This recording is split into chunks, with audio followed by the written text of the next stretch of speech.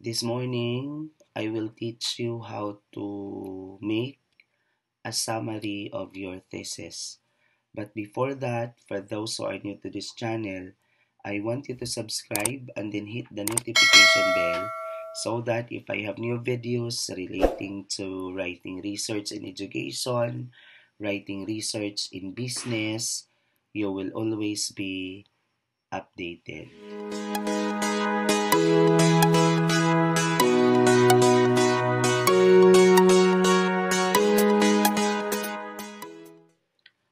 As what I have told you, no, in my introduction, that our concern this morning is the making of the summary.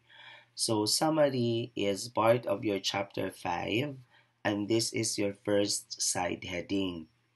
So what are the things to be included in the making of the summary? Okay.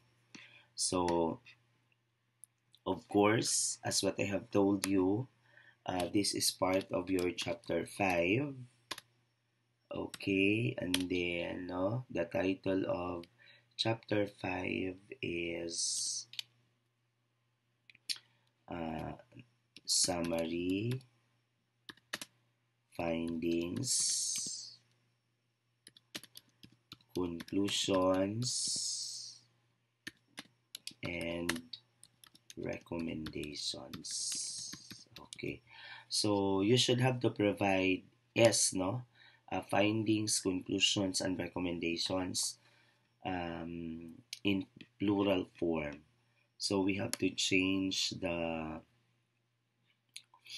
font style to Arial, and then the spacing is double space. Okay, so and then you have to provide an introductory statement. This, okay, not all capital letter. This chapter presents the summary, comma, findings,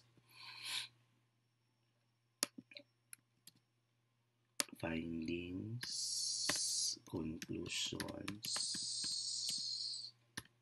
and recommendations of the study. Okay, so this is your introductory statement. Okay, so now, um, as what I have told you, the first side heading is the summary. Okay, so what are the elements, no, to be included in making the summary of your objective? Actually, the summary is a brief version of your chapter 3. Okay, no, chapter 3 is your research methodology. So here, when you are going to make the summary, okay, there are 7 elements to be included. First is the objective of the study.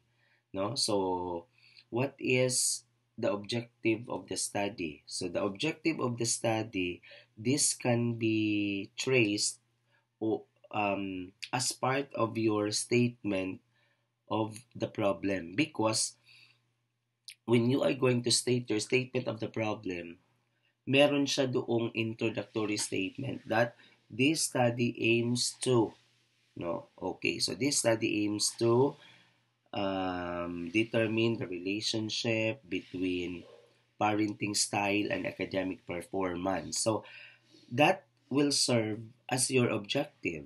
So in the making of the summary, that must be carried. Next is, of course, your research design. No, you have to mention your research design. As what I have told you, a brief version of chapter 3. So, your research design. So, for example, your design is descriptive correlational. No? So, descriptive correlational. So, you have to mention it there. Next is your research local. No? Where the study conducted. no? So the place where where you conduct the study. Next is your research respondents, no? Your research respondents. Who are your respondents? Um, how many of them? And then the sampling technique used, no, in the selection of the respondents. Next is the instrument you use, no. So just only mention, no, just only mention the instrument, and then if possible, no, you can also include the objective of the instrument, but ang mahalaga doon is you could be able to mention the instrument used. Next is after the instrument, um, um, the statistical tools, no, the statistical tools that you use, no, in treating the data. Okay, so first is objective, second your design, third is um,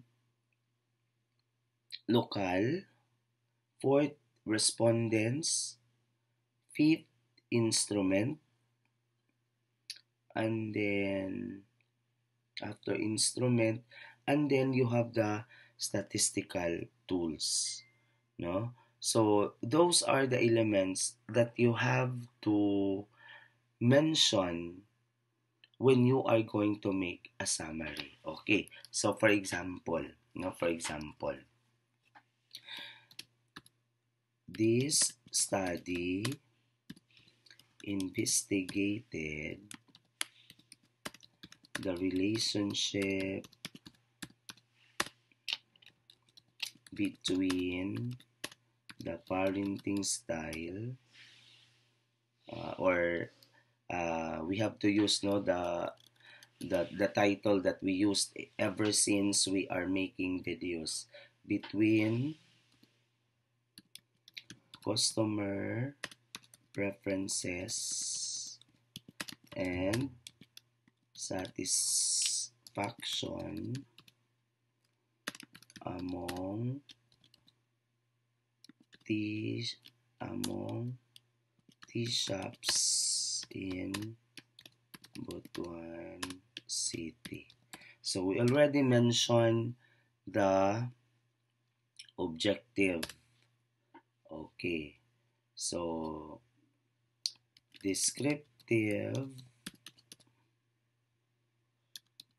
correlational was used in this study and was conducted in Butuan City.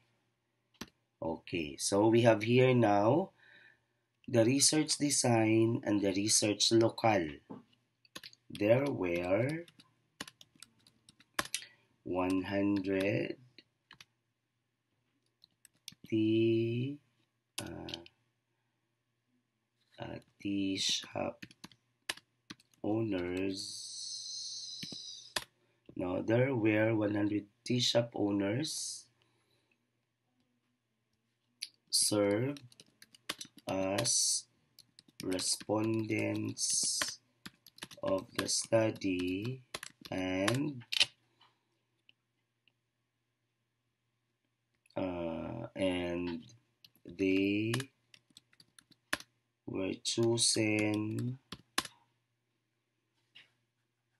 they were chosen or served as respondents of the study, and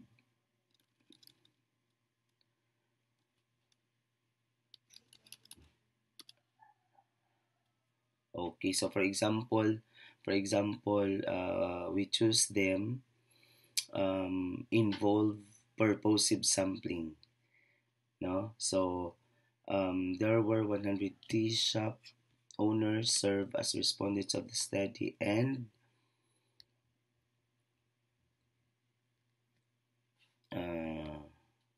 and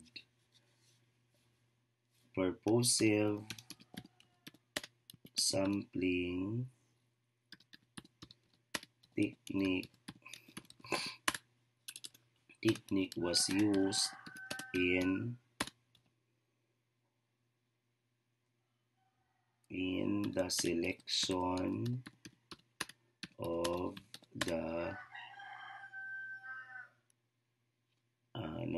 population of the study. Okay, so we already mentioned the sampling technique, who are the respondents, how many of them. Modified survey questionnaire was used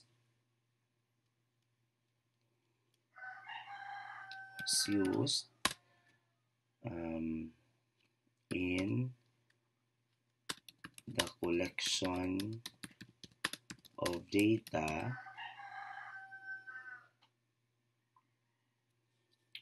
Modified survey questionnaire was used in the collection of data, and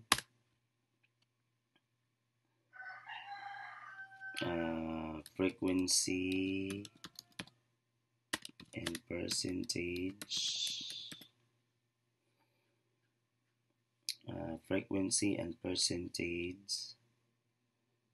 gamma mean and Pearson R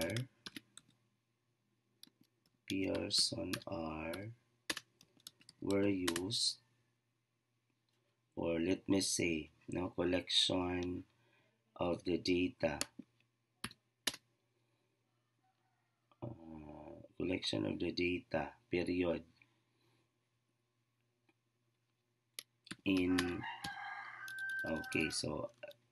Data, no more period, in the collection of data.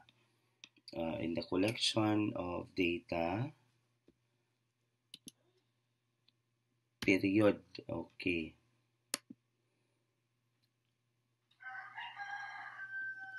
Then, frequency and percentage, mean,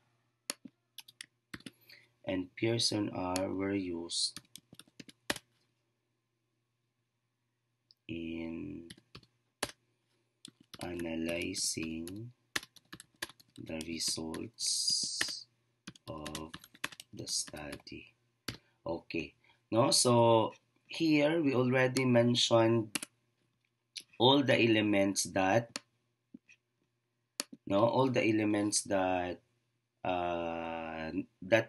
elements necessary in the presentation of your summary. So as what I have told you, the summary is a brief presentation of your objective and in your chapter 3. Okay.